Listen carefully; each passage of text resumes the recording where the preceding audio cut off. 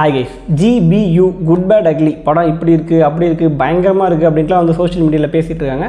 So படம் உண்மையிலே எப்படி இருக்குது அப்படின்ட்டு என்கிட்ட கேட்டால், ஃபர்ஸ்ட் ஆஃப் ஆல் இந்த படத்தை நீங்கள் வந்து ஒரு சீரியஸ் டோன்லலாம் பார்க்காதீங்க, ஒரு ஸ்பூஃப் மூவி மாதிரி இந்த படத்தை பாருங்கள்.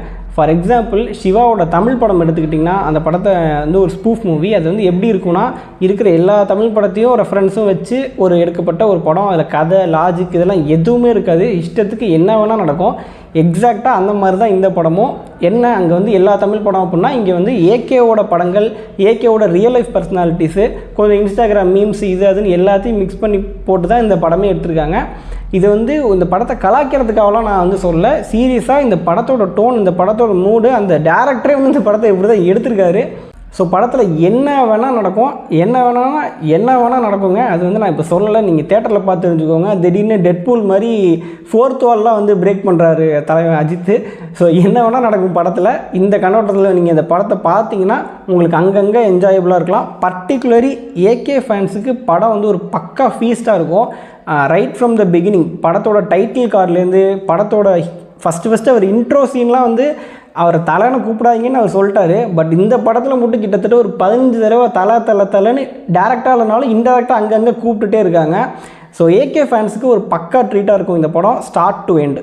ஸோ படத்தில் கதை, ஸ்க்ரீன் பிளே அதெல்லாம் இந்த படத்துக்கு நீங்கள் பேசவே கூடாது. இஷ்டத்துக்கு என்ன வேணால் நடக்கும், நீங்கள் உட்காந்து பார்த்துட்டே இருக்கணும். அந்த மாதிரி ஜிவி பிரகாஷோட மியூசிக்லாம் ஒரு மெலோடி அப்படின்ட்டுலாம் ஒரு பாட்டு கூட கிடையாது, எல்லாம் ஒரு டைப்பு தான். அதுலேயும் முக்கியமாக இந்த புலின்னு ஒரு பாட்டு இருக்குது. அந்த பாட்டில் எனக்கு ஒரு லைன், ஒரு வார்த்தை கூட புரியல. பட் பயங்கரமாக நான் தேட்டரில் என்ஜாய் பண்ணேன். இந்த படத்தோட டீமுக்கு என்ன ஒரு பயங்கர ப்ளஸ் பாயிண்ட் அப்படின்னா, படத்தில் ஆல்ரெடி இஷ்டத்துக்கு என்ன வேணால் நடந்துட்டுருக்கு அப்படிங்கிறதுனால படத்தில் ஏற்படுற மிஸ்டேக்கெல்லாம் வந்து எவனும் ஒரு பெருசாக எடுத்துக்கவே மாட்டான். ஏன்னா எக்கச்சக்க இடத்துல கண்டினியூட்டி மிஸ்டேக்கு, இது டப்பிங்லாம் வந்து ஹாஃப் ஆஃப் த மூவியில் டப்பிங் வந்து ப்ராப்பராகவே இல்லை. அதை தாண்டி திடீர்னு இந்த இடத்துல ஒரு சட்டை போட்டு வருவாப்பில், அப்புறம் இன்னொரு சீன் வரும், அங்கே பார்த்தீங்கன்னா வேறு சட்டை போட்டுருப்பாப்பில், திருப்பி பழைய சட்டையை போட்டு வருவாப்பில். கண்டினியூட்டி மிஸ்டேக்லாம் அங்கங்கே எக்கச்சக்கமாக இருந்துச்சு. பட் இஷ்டத்துக்கு எல்லாம் ஆல்ரெடி நடந்துட்டு இருக்கு, இதெல்லாம் எவன் பார்த்து பேச போகிறான் அப்படின்ட்டு அந்த டீமும் விட்டாங்க போல். ஸோ ஆடியன்ஸை விட்டுறாங்க. இப்போ கோட் மூவிக்கும் இந்த மூவிக்கும் என்ன ஒரு ஒற்றுமை அப்படின்னா, இப்போ நீங்கள் கோட் மூவி இந்த மூவி கம்பேர் பண்ணால், ரெண்டு படமே வந்து வெறும் ரெஃபரன்ஸை வச்சு மட்டுமே தான் வந்து படத்தை ஆடியன்ஸ் என்கேஜ் பண்ணி கொண்டு போயிட்டுருக்காங்க. பட் என்னென்னா, கோட் வந்து ஒரு சீரியஸ் படம். என்ன தான் அங்கங்கே ரெஃபரன்ஸ்லாம் இங்கே வச்சாலும் அது வந்து ஒரு சீரியஸ் படம். அப்படிங்கிறப்ப அந்த படத்தை நம்ம ஒரு படமாக தான் அணுகுவோம். ஆனால் இந்த படத்தை வந்து நீங்கள் ஒரு படமாகவே பார்க்க மாட்டீங்க. அதான் ஆல்ரெடி சொல்லிட்டேனே, ஒரு ஸ்பூஃப் அப்படிங்கிற ஜோனில் ஒரு பைத்தியக்காரத்தனமான ஒரு கிரேசியான ஒரு படம் அப்படி தான் போவோம். ஸோ வந்து இந்த படத்தில் பெருசாக கதையோ லாஜிக்கோ அதெல்லாம் வந்து யாரும் எதிர்பார்க்க மாட்டீங்க. நீங்கள் ஒன்ஸ் நீங்கள் படத்துக்குள்ளே என்ட்ராகிட்டு ஒரு 1/2 மணி நேரம் பார்த்துட்டிங்கன்னா நீங்களே அந்த மோடுக்கு வந்து செட் ஆகிடுவீங்க. ஸோ நெகட்டிவ் அப்படின்ட்டுலாம் அந்த படத்தை நீங்கள் தனியாக எடுத்து பேசவே முடியாது. அப்படி பேசணுன்னு பேசுனீங்கன்னா 1 மணி நேரத்துக்கு நீங்கள் பேசிக்கிட்டே போகலாம், அவ்வளோ விஷயம் இருக்கும் படத்தில்.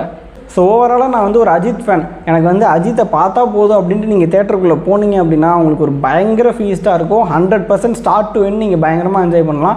பட் மற்றபடி நீங்கள் ஒரு ஜென்ரல் ஆடியன்ஸாக போனீங்கன்னா உங்களுக்கு ஒர்க் ஆகிறது ரொம்ப ரொம்ப கஷ்டம்.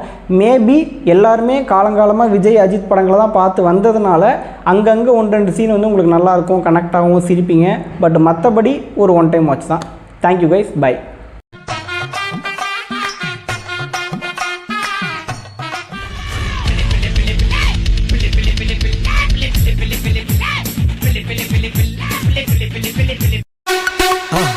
மறக்காம சர்ப்ரைஸ் பண்ணுங்க. தேங்க்யூ.